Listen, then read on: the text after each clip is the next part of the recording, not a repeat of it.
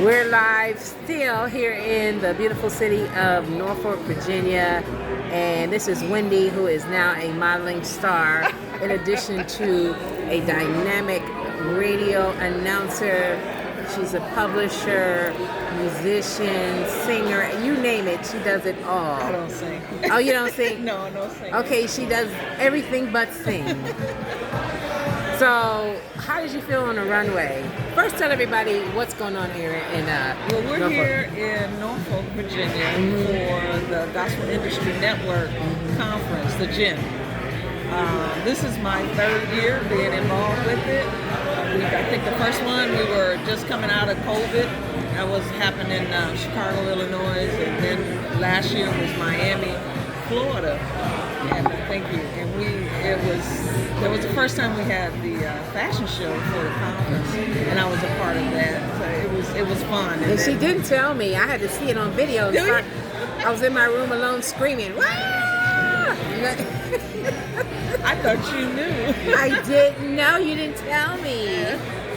But it was fun, and we had a great time. And then this year in Norfolk, they decided to do it again. I guess it's going to be a part of the GIN now for the national conference.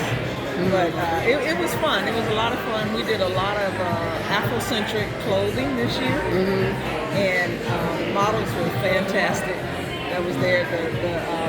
The lady that brought out her clothing line, she was fabulous. She was very fabulous with the dressing and yeah. It seemed like y'all's outfit, everybody's outfits kind of fit them very well. Yeah. So she was awesome with that. And it was fun. It was just fun. It was tiring when it was finally over, but it was fun. It looked like you were having fun. Did you hear me screaming? No, I didn't hear you screaming. Well, everyone else was screaming, so you probably can disseminate whose voice was what. But okay, this kind of conference, you think these are a good thing, or you think people actually get something out of conferences like this? This particular conference, yes. Yeah, this one, yeah. If you don't really have to be much into gospel music, but just the music industry, period. Some of the information that was given out today, it fits all genres of music. Yeah. And the main thing that I got out of the workshops today was learn the business. Yes. Learn the business. Get with somebody that's going to teach you the business of entertainment. Just for your own self, your own safety, is to understand how the business operates, how contracts are done, how bookings are done, how the road managers, what they do, all of it, how pay is done, how do you get paid, how much you get paid, who's getting the money to pay you, just understand the business, otherwise you're going to be mad and broke. This was probably the first time I ever heard real talk when it comes to the music industry, because everybody tries to coat everything. Oh, you got to get signed, and they were basically saying you really don't have to get signed, but you're still not going to be able to keep all your money. Right. Nobody. I've never heard anybody say that. And that was different. I never heard that either. And they were saying no matter, even if you're doing it yourself. That way the industry is set up, and the way it's been set up for hundreds of years, is somebody's going to keep some money, and you're not going to keep it all. You might get a chance to keep a majority of it, but really, if you're in the business, you're going to put money out. You're paying for producers, you're paying for musicians. Hopefully you're writing your own stuff. But even if you are writing your own stuff as a composer, you still have to file that information with the Office of Copyrights in Washington, D.C. That costs you money. Yeah. You can't mail it to yourself. Somebody told me that they did that just recently. I said, oh, that's nice. It doesn't work. It does not work. I think I think it was Michael Jackson that learned that lesson the hard way. I don't know if he did it. No, what it was, I think someone else had wrote a song. I don't know if Michael got it or how it came about, but he micro-recorded the song. And the guy thought because he sent it to himself, that he was that covered. person, that he was covered. And it turned out it's not.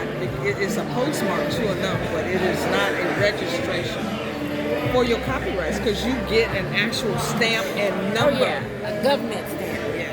Yes. Can't go wrong with a government stamp. Nothing. You cannot, you know. But the whole thing is to understand and learn the business. When I was doing artist management, it's what I strive was to teach my artists about the business. Now, all of them didn't want to do it because, you know, everyone thinks they're a star.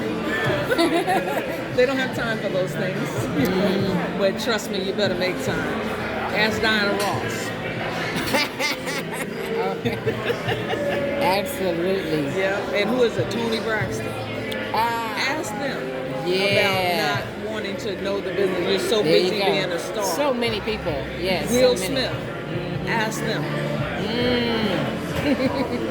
I didn't hear about Will, but I know about Tony. Will had made, you know, he made his millions, and he squandered it and didn't watch.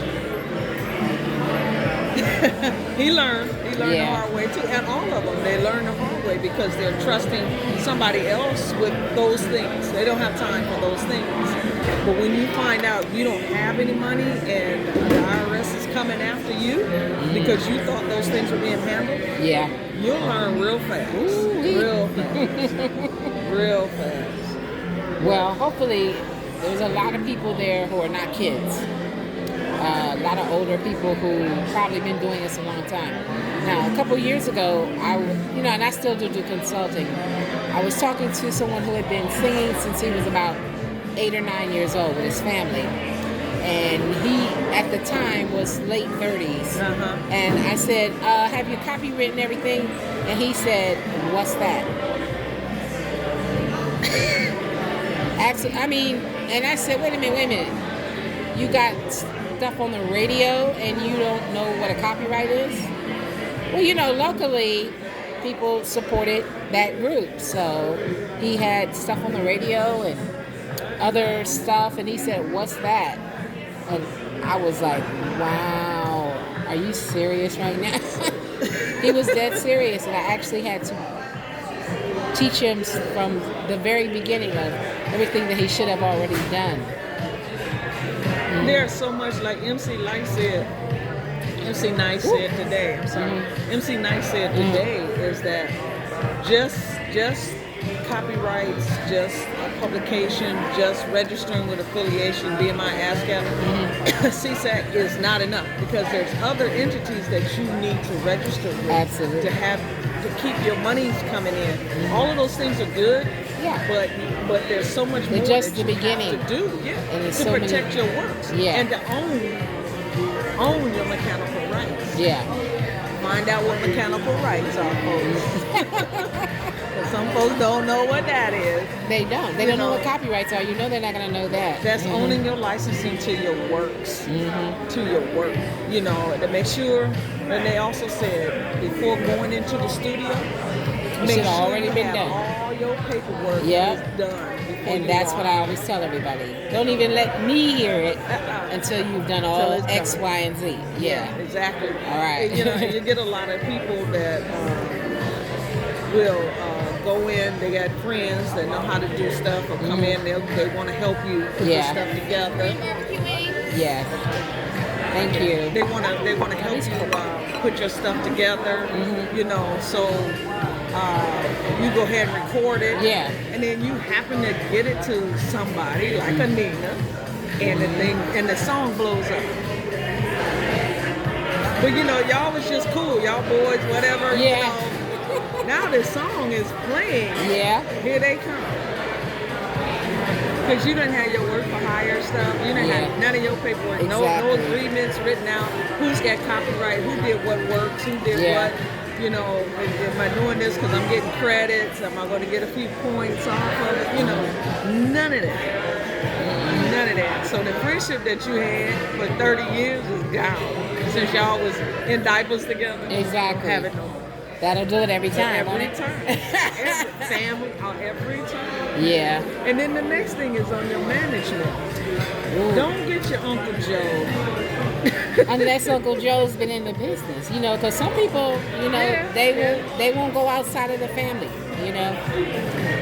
Yeah, you know, Mom, she love you, but now some of them moms, some of them, they killers. It's like when you reach a certain age, you gotta change some things. Really? You know, because the thing with the industry is that they won't take you seriously. It's different when you're a little kid. You got your parents watching. Absolutely, over you. But once you reach a certain age, you talk to my mom, and you're 40. Yeah. No. Yeah, no. Don't do I was working with a young man. He was in high school, and he got a part on Nickelodeon, and he got like a lead role on Nickelodeon in his senior year of high school. Well, his mother was his manager, and he hadn't turned 18 yet, but he turned 18 once he got down to Nickelodeon. And he fired Mom. No, he didn't. Nickelodeon said you need to fire your mother. Ooh. And he didn't. So they sent him home. That is so wrong. Love Mom. Mom can still do things from a distance. But Usher did it. His mother pushed him for a while, and she started her own management business. But whatever she did was to the side. It wasn't her in the front. Yeah. So, you know, you learn.